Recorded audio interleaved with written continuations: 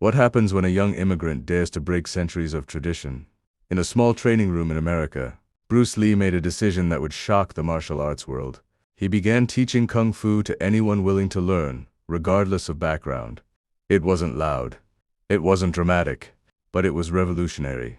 And that quiet decision sparked tension, criticism, and eventually a direct challenge. This wasn't a street fight in a dark alley. This was a battle against rules, pride, and an entire system that believed knowledge should stay locked away. Bruce Lee wasn't just training students anymore. He was challenging history, opening the door to everyone. When Bruce Lee started teaching martial arts in America, he did something that many traditionalists considered unacceptable. He opened his doors to non-Chinese students. For Bruce, martial arts was about self-expression, growth, and human potential, not secrecy. But for others it was heritage. It was guarded knowledge passed down carefully through generations. By choosing openness over restriction, Bruce unknowingly stepped into conflict. He wasn't trying to disrespect tradition. He was trying to evolve it. Backlash from the community. Whispers began circulating within martial arts circles. Some believed Bruce was violating unspoken rules.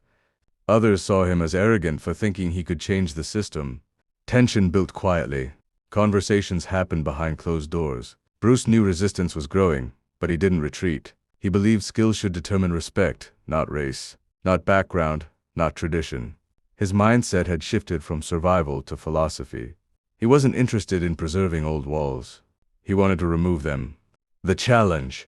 Eventually, the tension reached a breaking point. A challenge was issued.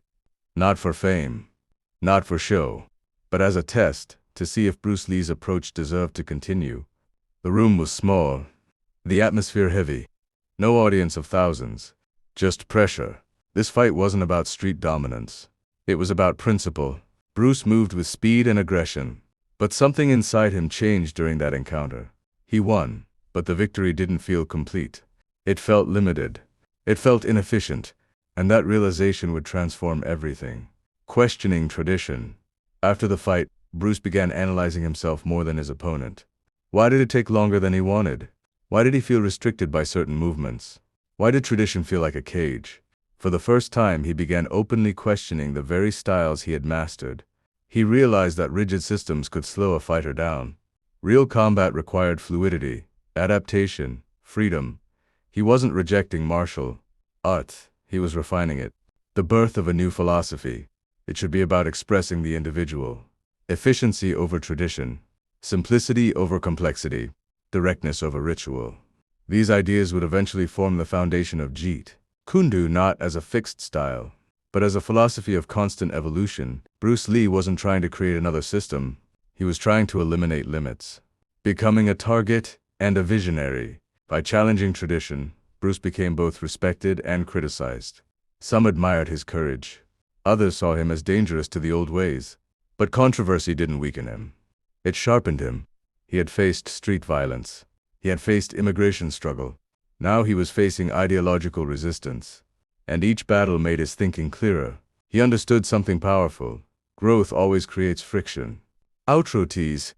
The challenge fight didn't silence Bruce Lee. It ignited him. What started as a defense of his right to teach became the beginning of a martial arts revolution.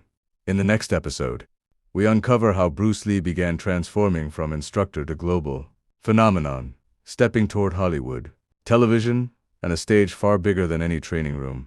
Because once you break tradition, the world starts watching.